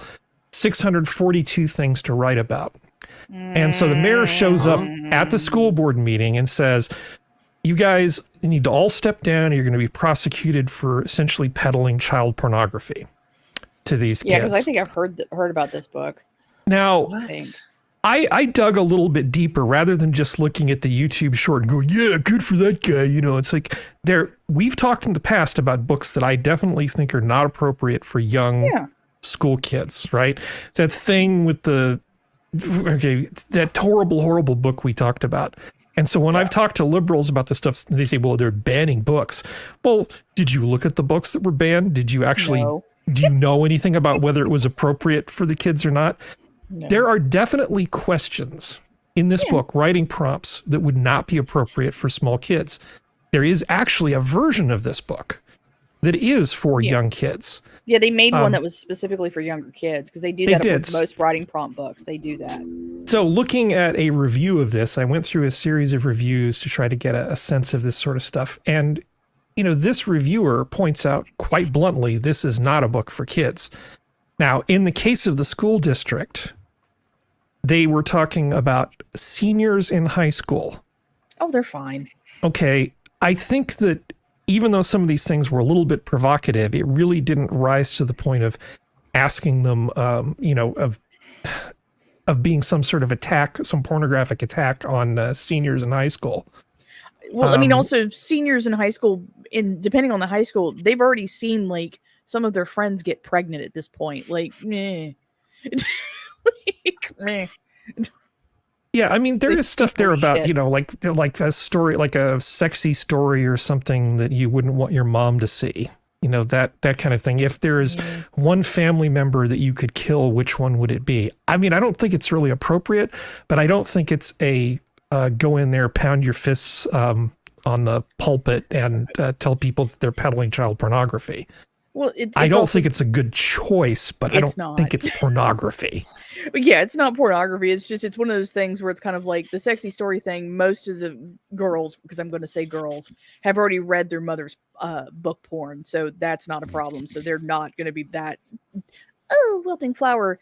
And trust me, most of them have already thought about killing it. Oh, someone's snoring. Maybe. It says, I'd say the book is best aimed at adults, as there are a few prompts about sex, nudity, relationships, and violence.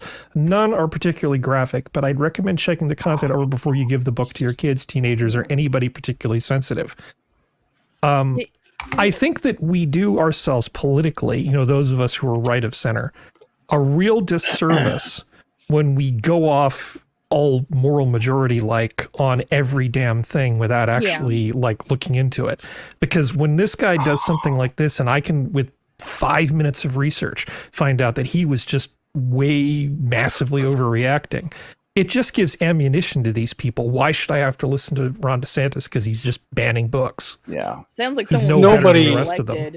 We have to hold our own team to a higher standard. Sorry, Skep. Go ahead. You know, some people, that's all they hear. They hear Ron DeSantis banning books, and they take that at face value. And some of the people who act this way and react that way are in other areas of their life. They're doctors, they're lawyers, they're sophisticated people. They're frequently people and highly placed in the government. And you know, where do you get your news from? CNN. You know, it's all I listen to. CNN and MSNBC. You know, that's everything I need to know. Fox is extreme.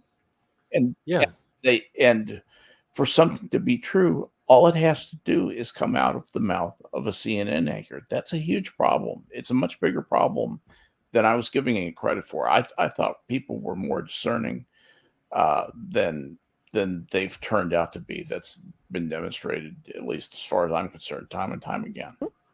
I know people who not only do that, but they will actually only read the headlines. I know people that the sum total of their news consumption is just headlines. Yes. Which is the wrong thing to do. It's the wrong thing to do. It's just, if you hear about a story, just do 5 minutes worth of research, because a lot of times the headline or the thing from the YouTube short, the zinger with the music in the background that's supposed to somehow prove that it's right. Yeah. Sometimes they're not actually right. And sometimes it's just some moron who needs to maybe have gotten a little bit more bullying earlier. Or yes, or even channels that, otherwise at least used to show good sense. Tim Pool is a good case in point.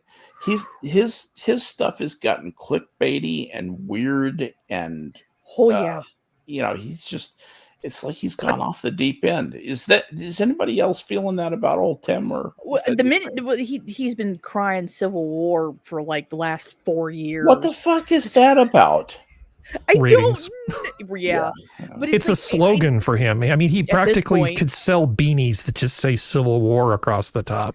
But it's like he does push back against certain people when he needs to. Like, he's pushed back against some of the really crazy out of the Cracker Jack box red pill people that he's had on, and he's pushed back against them. And same thing with the liberal side. So he has pushed back. Oh yeah, he destroyed Matt Binder. He destroyed the Krasensteins right then and there. Continue. But he still likes to stir that pot a little bit with the whole Civil Did he War have the thing. Krasensteins on? Yeah. Oh, he went after him hard too. And they were like, yeah, they look like Prospero now. Were they arrogant and just laughing at him? Yeah, and he would bring something up to like completely shoot them down right then and there. Or he'd say, "Well, what are you talking about? Where's your proof?" Oh, well, no. That's here. I'll bring up the article. That's proven false. Like, I mean, he's falling more into the Rogan-esque. Yeah. He tries to do that stuff. The problem is, and this was going to be my point, was that Harry's probably right of center. I'm probably a little left of center. Skep Serenity, you're probably a little bit more right of Harry. Like, but we sit down and we still agree on 99% of things. Yeah, like, ultimately, depends on the issue. The problem is, well, that's what I'm saying. Like, we tend to agree more than we disagree. I'm not right or with the left. popular. I judge things on the basis of liberty, of freedom, of personal freedom. Yeah. I mean, but point taken. Yes, go on. Sorry. Yeah, I'm sorry. The spaces. A lot of people are just there to say what they're saying, and they talk past each other when they do meet. But most of the time, they don't meet. And again, when they do meet, it's like, we're going to put, where's an example? Okay, we're going to put Sitch and Adam versus Vosh. Why? Yeah. What point does that serve to have two midwit people going after one another? Why don't we have I don't know, Dawkins versus whoever's in charge of this whole multiple genders thing? I don't know much about it. Or let's put somebody who can actually speak to the facts of the case versus Patrice Cullors. Like, people that are actually affecting change will not sit down and talk to one another. The talking heads, occasionally they will, but it's, again, mostly how about just Patrice Cullors and Aiden Paladin. Yes. Skep, like on an airplane, they always say, put your if the cabin depressurizes, you put the oxygen mask on yourself first. Yes. That's all Patrice Cullors is doing. She's just starting with her and hers in terms of she's just solving poverty and black discrimination one family at a time. Hers. And Skep, I hate the whole right-left. Somebody has to be first. Jargon dichotomy thing. I've tried to understand it my entire waking life, and I still don't understand it. I see you and me as probably being a lot more of this, like, well, all of us here, more of the same. We look at an individual thing and we go, do I agree? Do I disagree? And then we like, as logical human why do we feel that way? When I take a compass test, I end up in the Karl Marx bottom left hand side. Did you know that? Yes, I do. I'm way down. I like my liberty, and I don't necessarily always like to do the right thing. I don't follow all the laws. I don't think that's always a great idea. And that if you answer questions that way, it gets you put down in that bottom left hand quadrant. I think I'm probably one of the most left wing by their examples of anybody here, based on my cultural beliefs. But on other beliefs, I tend to agree with people who say that they are right wing. So, but I'm all over the place. It's those the ways. Overton window is on wheels at this point. It shifts back. If you want to, what you're looking at, if you want to find the consistent rules that govern the way I make decisions about political issues and questions like that, it is on the axis of what affords the maximum amount of personal liberty to an individual. That is the adjudicating factor for me, and then I balance that against responsibility and all the other things you have to. The last as time of I took August that 2018, I was a spot on Gary Johnson's head. Last time I took that one, I was almost dead center, because I am a filthy, filthy, filthy, dirty centrist. Well, I'm kind of, when it comes to economic stuff, I'm pretty far right libertarian. That's the thing that drags me over, because socially on most stuff I'm pretty easygoing. Yep. Which drags my thing to the left. That's the only thing that keeps that dot from being all the way on live the right and let axis. live. Yeah. I'm very Jordan Peterson about it. As long as you're not making laws that'll throw me in jail for making a mistake, I don't friggin' care what you want to. If you want to be called a birdie, I want a prosperous economy where even our poor people are incredibly fat. Yeah, that's what I want. I like America. I want to ignore laws I don't believe in. So we have to make the billionaires. I'm not a great citizen. Let's see, where millionaires were we? and the billionaires have to pay that. What? I'm a millionaire now. We're getting tired and losing our way here. Okay, so I'm going to skip Honey, this we've been thing. losing our way the entire night. I don't know what you're talking about. So there was a video that Paul Joseph Watson made recently talking about bike lanes. You know, he's got the pulse of the world here, and I ran across another clip. He referenced a thing with Jeremy Clarkson criticizing how they take out all these trees to produce bike lanes, and then I remembered, if the environment, CO2 and methane and things like that are really your big concern, that bike lanes are going to solve all of your problems. I'm like, I think I've seen some statistics about this before. Bottom line of all this interesting research that I'm showing you right here is that if somebody's on the paleo diet, if you look at the effect on global warming, you know, using their formulas, of somebody on the paleo diet riding their bicycle, it's actually worse for the environment than them just driving a Prius. Yep. So if you're going to get rid of a bunch of trees to put in bike lanes so that people can eat food to generate energy to locomote themselves around, compared to just pulling some dino juice out of the ground, and carpooling, for instance, is actually much more efficient from a perspective of this is using some very, very back of the cocktail napkin math. I mean, this is a very hard thing to do accurately, but it's within the same and the assumptions that order of magnitude kind of thing. Large.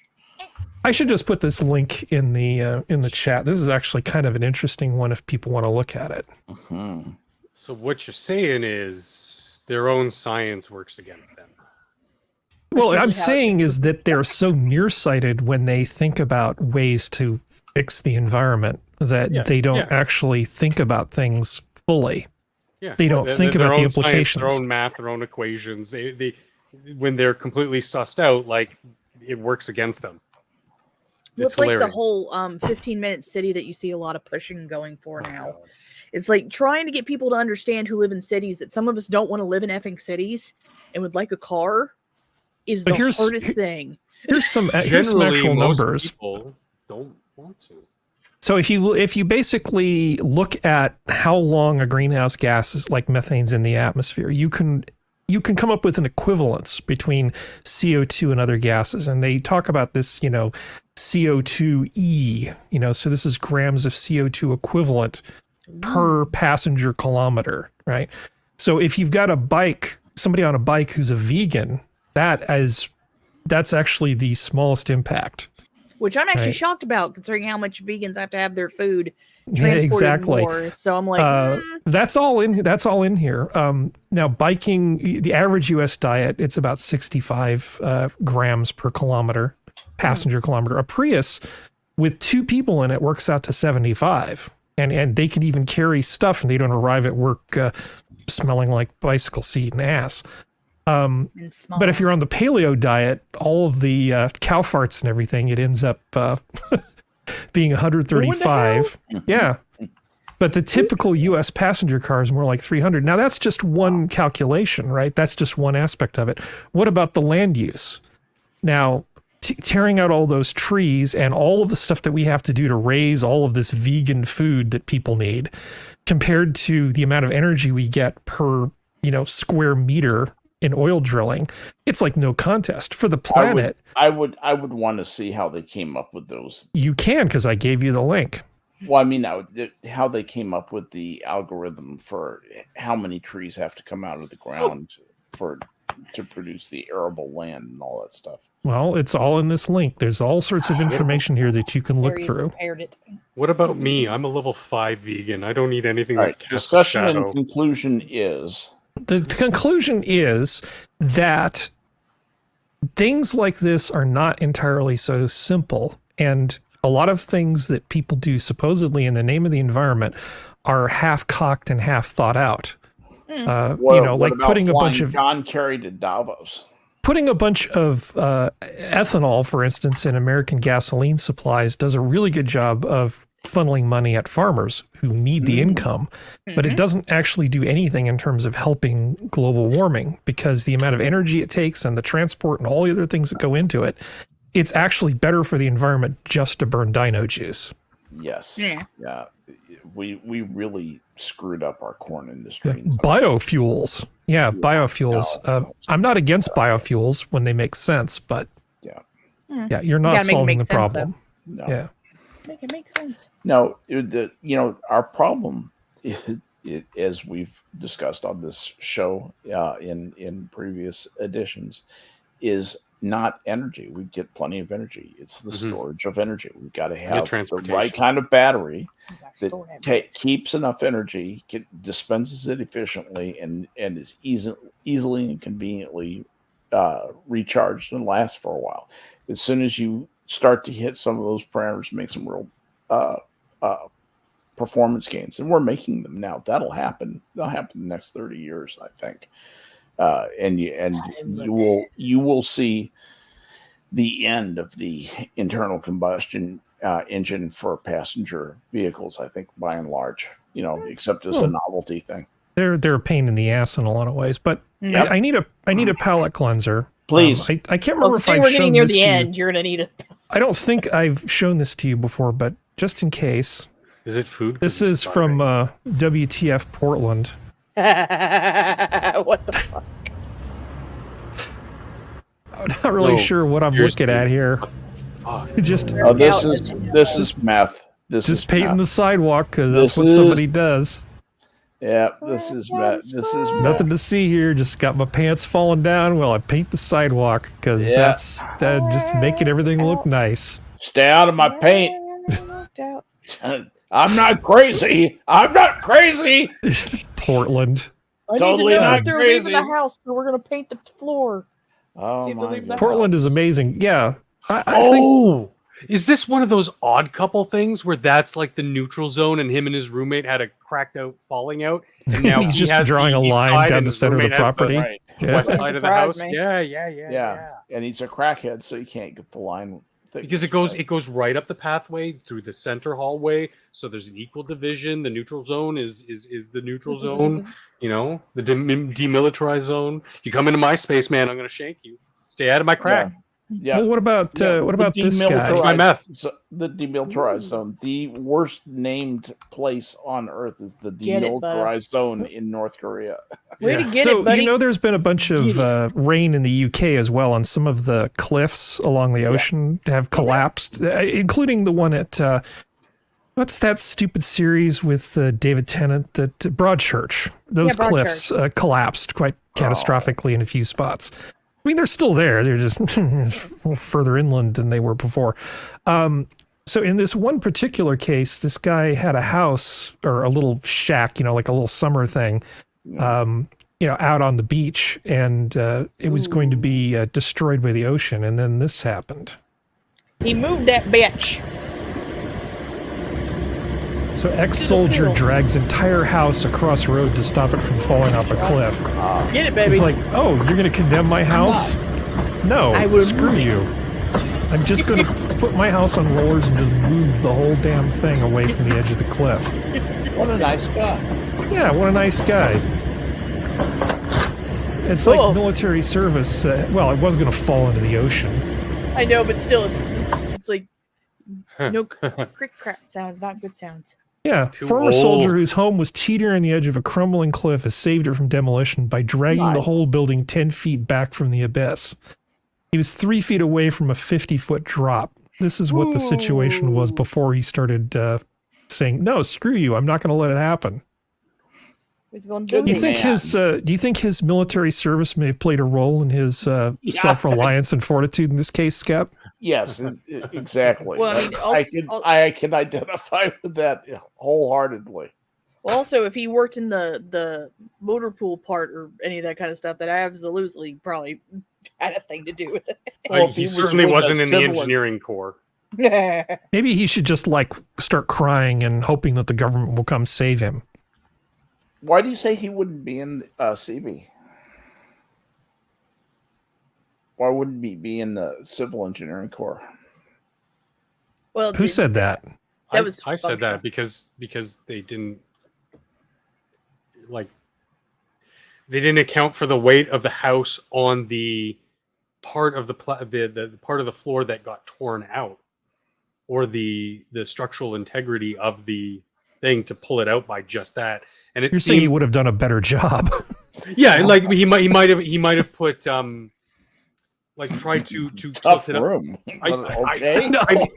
I'm thinking on the spot here, but putting some kind of something underneath it first to sort of get it maybe on top of some logs, or I don't know. Were there hors d'oeuvres? Yeah. So you guys have heard about Cocaine Bear. I guess there's a movie called Cocaine Bear, which I haven't seen. In my mind, I don't know what it is. I assume that there cannot be a movie called Cocaine. There is, that some bear finds a bunch of cocaine and then goes on a cocaine-fueled killing spree. Is that what it's about? I mean, it's about wasn't it Is this about the guitarist for Motley Crue? No, it's literally a bear. He broke into a drug house or something like that, ate the cocaine, went on a spree for a little while, but he didn't kill anybody, I don't think. No, the real one ate the cocaine and died right then and there. Yeah, it ran 20 feet and its heart just fucking exploded. It was. But before that, he moved a house away from the edge of a cliff. Exactly. And he did it right. I present to you Cocaine Cat. God, not one of those. The animal crime wave continues. That's right. A wild exotic feline dubbed Cocaine Cat has had, because it tested positive for crack, has rehabbed at a zoo so well that it has moved into an ambassador program. Amory, the African serval, whatever the hell an African serval is. I hope that's not one of those. Is it like a civet? Can you feed it coffee? Just like a civet. No. And turn it into magic beans that people pay money for. Was discovered high up on a tree in late January. Now maybe that was an altitude thing, or he was just tripping. He was high. I was up in a tree and captured in an ordeal that left him with a broken leg. Upon undergoing some tests, he was found to have cocaine in his system. Amory was initially treated by Cincinnati Animal Care, then transferred to the Cincinnati Zoo's veterinary facility, where he's been recovering for weeks. Goddamn Ohio. Ask for a comment. The cat said, "I'm just chipping, man. Just chipping." Depending on But where now he was. he's going to be like an animal ambassador at the zoo, so people are going to go around Cool. and so if you want to go visit Cocaine Cat at the I can. the zoo. I wouldn't go to the Cincinnati Zoo, but I can go to the Cincinnati Zoo. What's wrong with the Cincinnati Zoo? The Columbus one's better. Cincinnati's Oh kind of sad. God! Like Skep said, tough room. Yeah, yeah.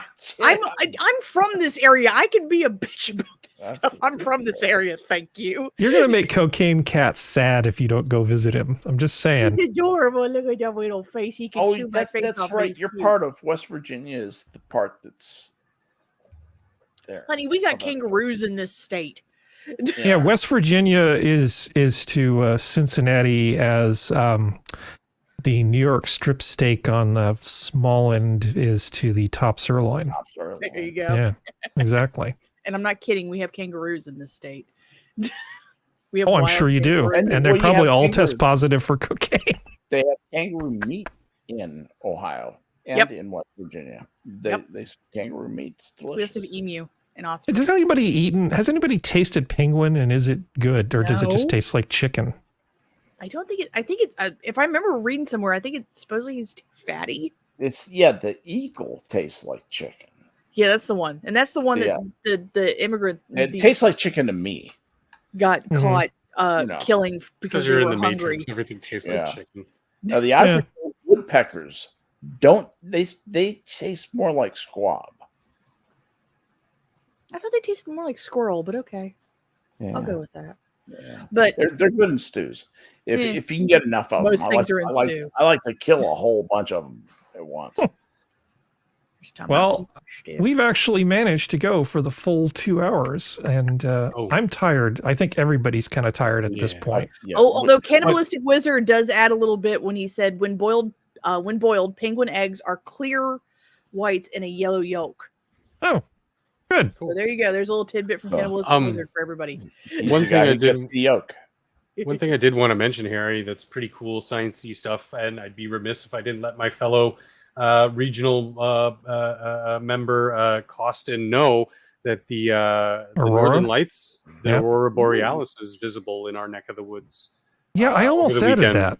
No, this it's Friday pretty cool. was the peak, I believe. But today should be pretty good. too. Started Thursday, peaked around Friday.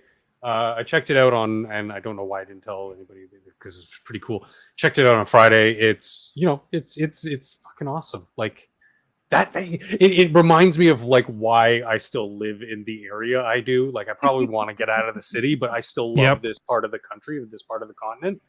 Like it's just far enough north that it keeps my cave blood going, my caveman blood going, but just south enough that we get occasional peaks of civilized weather, and then we still get to see things like the Aurora Borealis, meteor showers all the time. So I get the sense that you would probably either like or hate Anthony Bourdain. Is that? I love him. Okay. So did you him. see his No Reservations where he went to Montreal? Oh yeah.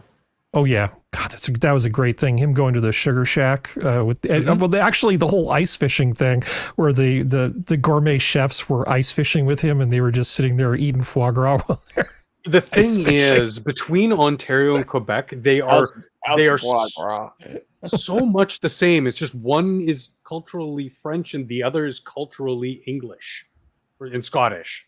Like Yeah. I mean, I love this part of the world. It's so fucking fantastic here. Awesome. Well, on that kumbaya sort of moment, since we all agree on syrup. something, this has been your Minions of the Zoo for Saturday. Thank you, panel. Thank you, chat. The zoo is closed. Good night, everybody. Good night, everyone. Have a pleasant tomorrow.